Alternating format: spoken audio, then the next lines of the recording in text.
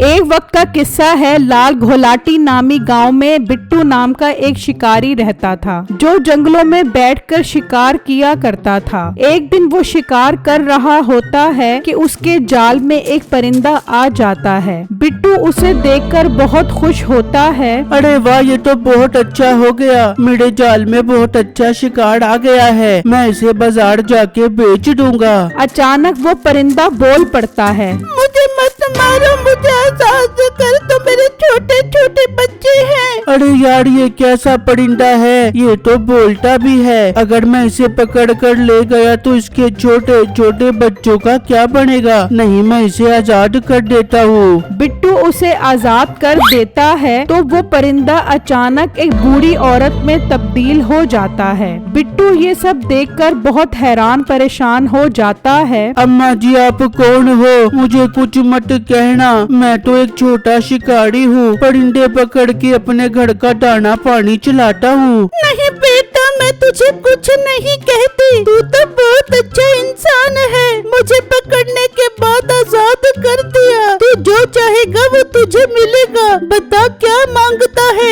नहीं अम्मा, मुझे कुछ नहीं चाहिए। मैं तो मेहनत मजदूरी करके अपना काम अच्छा चला लेता हूँ। मुझे किसी की मदद की जरूरत नहीं है। बेटा, अगर फिर भी कभी तेरा कुछ मांगने को दिल करे तो मैं तुझे अपनी जगह का पता बता देती हूँ। तू मेरे पास आ जाए, जो मांगेगा वो तुझे मिल जाएगा। ये कहकर वो औरत वहाँ से गायब हो जाती है। बिट्टू परेशान अपने घर वापस आ जाता है और अपनी बीवी को सारा माजरा बताता है, जिससे सुनकर वो कहती है, अरे बिट्टू, आप तो बहुत बेवकूफ हो। इतना अच्छा मौका हाथ में आया था, आपने गवा दिया। आप अभी उस औरत के पास जाओ और उससे बहुत सारा पैसा लेकर आओ। अरे बेगम, वो बूढ़ी औरत क्या सोचेगी मैं कितना लालची हूँ। बिट्टू, आप खुद सोचो, ऐसे मौके भी कोई गवाता है भला? अपनी और मेरी जिंदगी देखो, कोई इज्जत नहीं है हमारी। जब माली मकान का दिल करता है, हमें मकान खाली करने की धमकी दे देता है। बहुत सियाने बन रहे हो तुम। मुझसे कर्जा भी ले लिया और किराया भी टाइम पर नहीं देते, तो मैं धमकी न दूं तो और क्या करूं? चलो बहुत हो गया, मकान खाली करो। नहीं भाई साहब, हमारे कहने का ये मतलब नहीं था। आप परेशान मत हो, मैं आज शाम में ही आपका कर्जा और किराया दोनों दे दूंगा। ठीक है, शाम तक का टाइम है तुम्हारे पास, वरना यहाँ से दफा हो जाना। ये कहकर मालिक मकान वहाँ से चला जाता है। बेगम, अब तो मुझे उस बूढ़ी औरत के पास जाना ही पड़ेगा, वरना मालिक मकान हमसे घर खाली करवा लेगा। शुक्र है बिट्टू, आपको मेरी बात समझ आ गई। अब आप जल्दी जाओ। फिर बिट्टू घर से निकलता है और सफर करता करता बहुत टाइम बाद उस औरत के पास पहुंच जाता है। आओ लड़के, मुझे उम्मीद थी तुम मेरे पास जरूर आओगे। बताओ क्या चाहिए तुम्हें? अम्मा, मुझे कोई ऐसी चीज दो जिससे मेरे पास बहुत सारी दौलत आ जाए। ठीक है, तुम ये बर्तन अपने साथ ले जाओ। जब भी इसे कहोगे ये तुम्हें सोने के सिक्के देगा।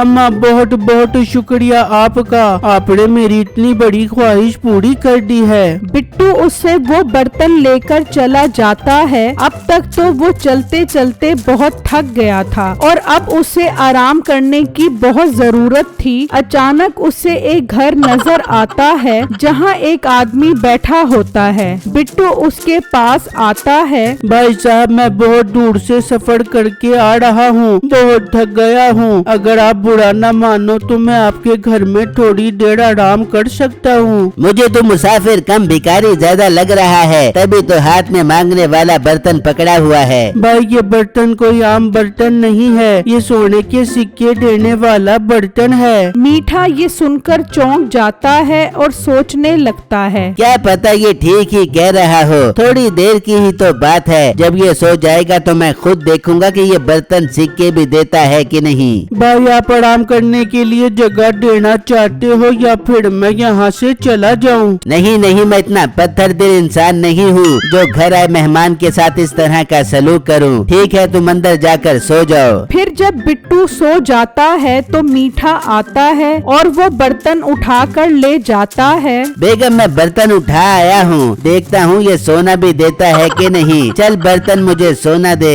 ये कहते ही उस बर्तन में बहुत सारा सोना आ जाता है। मीठा और नसीबो बहुत खुश हो जाते हैं। मीठे ये बर्तन तो वाकई सोने देने वाला बर्तन है, ये बर्तन उसे वापस नहीं करना, हम तो मालामाल हो जाएंगे। अरे बेगम मैं कोई पागल हूँ जो उसे बर्तन वापस करूँ, बल्कि देख अपने पास इसी तरह का बर्तन है, मैं ये वहाँ रख देता हूँ। फिर मीठा उस बर्तन की जगह अपना बर्तन रख देता है और वहाँ से चला जाता है। जब बिट्टू की आँख खुलती है तो वो अपना बर्तन उठाता है और मीठे का शुक्रिया अदा करके वहाँ से चला जाता है और घर पहुंचकर अपनी बीवी कम्मो को उसके बारे में बता देता है। हाय बिट्टू, ये तो बहुत खुशी की बात है, चलो इससे सोना मांगो। चल मेरे बर्तन मुझे सोना दे। बिट्टू ये कहकर इंतजार करने लग जाता है, मगर उस बर्तन ने सोना कहाँ से देना था। ये क्या बिट्टू, ये तो सम्मा ने हमारे साथ धोखा कर दिया है, ये तो हम सब बर्तन है। हाँ बेगम, मुझे यकीन नहीं आ रहा कि अम्मा मेरे साथ ऐसा कर सकती है। तभी मालिक मकान भी आ जाता है। चलो बिट्टू मैं आ गया हूँ, मेरा कर्ज और किराया दो। अंकल मेरे साथ बहुत बड़ा धोखा हो गया है, मुझे अम्मा ने सच्ची दिखाकर खब्बी मार दी है। मैं सच्ची खब्बी नहीं जानता, मेरा कर्ज और किराया निकाल। अंकल आप मुझे कल का टाइम दे दो, मैं कल लाजमी आपको दे दूंगा। तेरे तो लारे ही नहीं मुकते। खैर मैं कल आऊंगा और अपना कर्ज और किराया लेकर जाऊंगा। ये कहकर वो वहाँ से चला जाता है। बिट्टू अब दोबारा उस अम्मा के पास जाओ और उससे कोई काम की चीज लेकर आओ। हाँ बेगम, मैं अब बहुत थक गया हूँ, मैं कल उनके पास जाता हूँ। फिर जब अगला दिन निकलता है तो बिट्टू दोबारा सफर पर निकल जाता है और चलते चलते वो उसके पास पहुंच जाता है। अम्मा जी, ये आपने मुझे कौन सा बर्तन दे दिया है? वो तो कोई सोना ही नहीं दे रहा। ये कैसे मुमकिन है? जरा इस बर्तन से सोना मांगो। बिट्टू उसे सोने का कहता है, लेकिन सोना नहीं निकलता देखकर अम्मा भी परेशान हो जाती है। ये कैसे मुमकिन है? ये बर्तन काम क्यों नहीं कर रहा? खैर तुम ये कपड़ा ले जाओ, इसे जमीन पर बिछाओगे तो हर तरह का खाना आ जाएगा। बिट्टू वो कपड़ा लेकर चला जाता है और जब मीठे के घर के पास से गुजरता है तो वो उसे रोक लेता है। अरे भाई कहाँ जा रहे हो? और ये तुम्हारे हाथ में कपड़ा कैसा है? भाई ये कोई आम कपड़ा नहीं है, इसे जमीन पर बिछाओगे तो हर तरफ खाना आ जाएगा। ये सुनते ही मीठा सोचने लगता है, अरे वाह मजा आ गया, कल वो बर्तन मिल गया था और आज इससे ये कपड़ा भी हथियाता हूँ। अच्छा भाई मैं चलता हूँ, घर जाकर आराम भी करना है। अरे मेरे प्यारे भाई, ये भी तो तुम्हारा घर है, तुम यहाँ पर आराम करो, फिर सुकून से घर चले जाना। भाई आपका बहुत बहुत शुक्रिया, इस तरह तो मेरी सारी थकन उतर जाएगी। बिट्टू अंदर आकर सो जाता है तो मीठा आता है और कपड़ा उठाकर ले जाता है और जब वो कपड़ा बिछाता है तो वहाँ तरह तरह के खाने आ जाते हैं। मीठे बड़े तो मजे लग गए, अब तो मैं कुट कुट के खाना खा पाऊंगी। अरे बेगम पहले उसको यहाँ से भगाते हैं, देख रही है अपने पास बिल्कुल इसी तरह का कपड़ा है, मैं ये उस कपड़े की जगह रख देता हूँ, अब ये कपड़ा हमारा हो जाएगा। मीठा बिट्टू के पास वो कपड़ा रखकर चला जाता है और जब बिट्टू की आँख खुलती है तो वो कपड़ा उठाकर मीठे का शुक्रिया अदा करके वहाँ से चला जाता है और घर पहुँचकर जब कपड़े से खाना मांगता है तो वहाँ कोई खाना नहीं आता। बिट्टू और उसकी बीवी को बहुत गुस्सा आता है। बेगम ये तो अम्मा ने फिर हमारे साथ धोखा कर दिया है, इससे पहले मालिक मकान आए तुम अंदर जाकर छुप जाओ, मैं उस अम्मा के पास जाता हूँ। बिट्टू की बीवी अंदर चली जाती है और बिट्टू फिर उस अम्मा के पास पहुँच जाता है और उसे कपड़े के बारे में बताता है। ये मुमकिन नहीं है, तुम झूठ बोल रहे हो। अम्मा जी मैं झूठ नहीं बोल रहा, बल्कि आप झूठी हो और मुझे धोखा दे रही हो। मैंने कभी झूठ नहीं बोला। तुम मुझे एक बात बताओ, तुम्हें रास्ते में कोई मिला हो जिसे तुमने इस कपड़े और बर्तन के बारे में बताया हो? हाँ अम्मा जी, मुझे एक शख्स मिला था, वो बहुत अच्छा इंसान था। मैंने उसे बताया था और उसके घर आराम भी किया था। अच्छा, तो ये बात है, फिर इसका मतलब ये उसी ही की कोई साजिश है। नहीं अम्मा, वो बहुत नेक और शरीफ इंसान है। जितना शरीफ है सब पता लग जाएगा। तुम ये डंडा अपने साथ ले जाओ, अगर वो पूछे तो कहना ये डंडा हीरे देता है।